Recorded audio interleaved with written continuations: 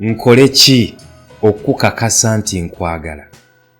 Mbulira kye mba nkola nkukakasa nti nkwagala. Statement eyo muyinza okuba mugiwuliddeko nnyo ng'abantu bagibagamba. Oba oyinza n'okuba gw'omu kwabo aboogera ennyo statement eyo. Naye olunaku lwaleero mweno video njagala okukutegeeza nti statement eyo bw'oba obadde ogikozesa nnyo yessaawa ogikasuke. Yessaawa statement eyo ogisuule mu kasasiro. Nkole ki okukakasa nti nkwagala? Kitegeeza ekisookera ddala weeteeka mu mbeera ey'okuba nti gwe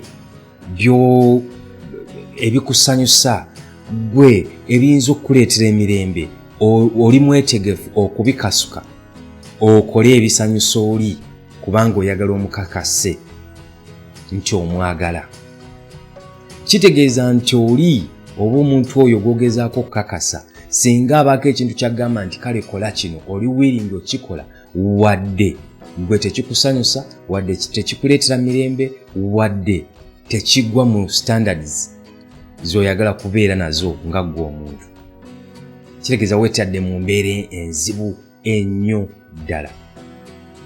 Ekyokubiri, kabonero akalaga nti gwe ka self-love ko katono. Omuntu yenna ayagala osooka okukakasa omulala asobole okukkirizibwa mu maaso g'omulala. Omuntu oyo self-love ye ntono. Teweeyagala kimala.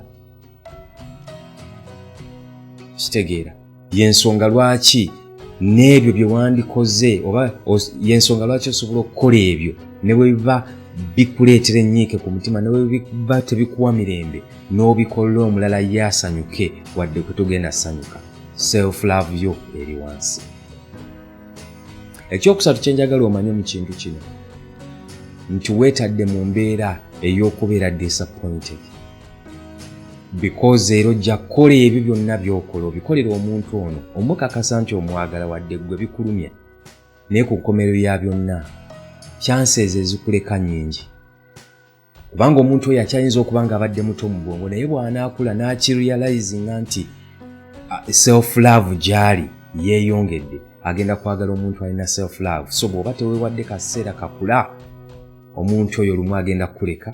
Ate bw'anaaba akulese gw'omu ku bagenda okubeera nga boogera ebigambo bino, nakola buli kimu gy'ali, naye ate era nangiwayo.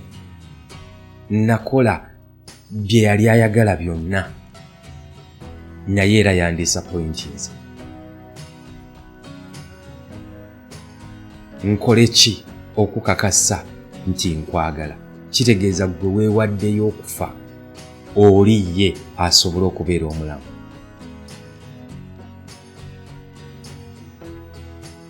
Omuntu ali mature teweetaaga kukakasa muntu yenna. Olina kukola ebyo by'olina okukola. Omuli n'ebyo ebikuwa emirembe, omuli n'ebyo ebikusanyusa.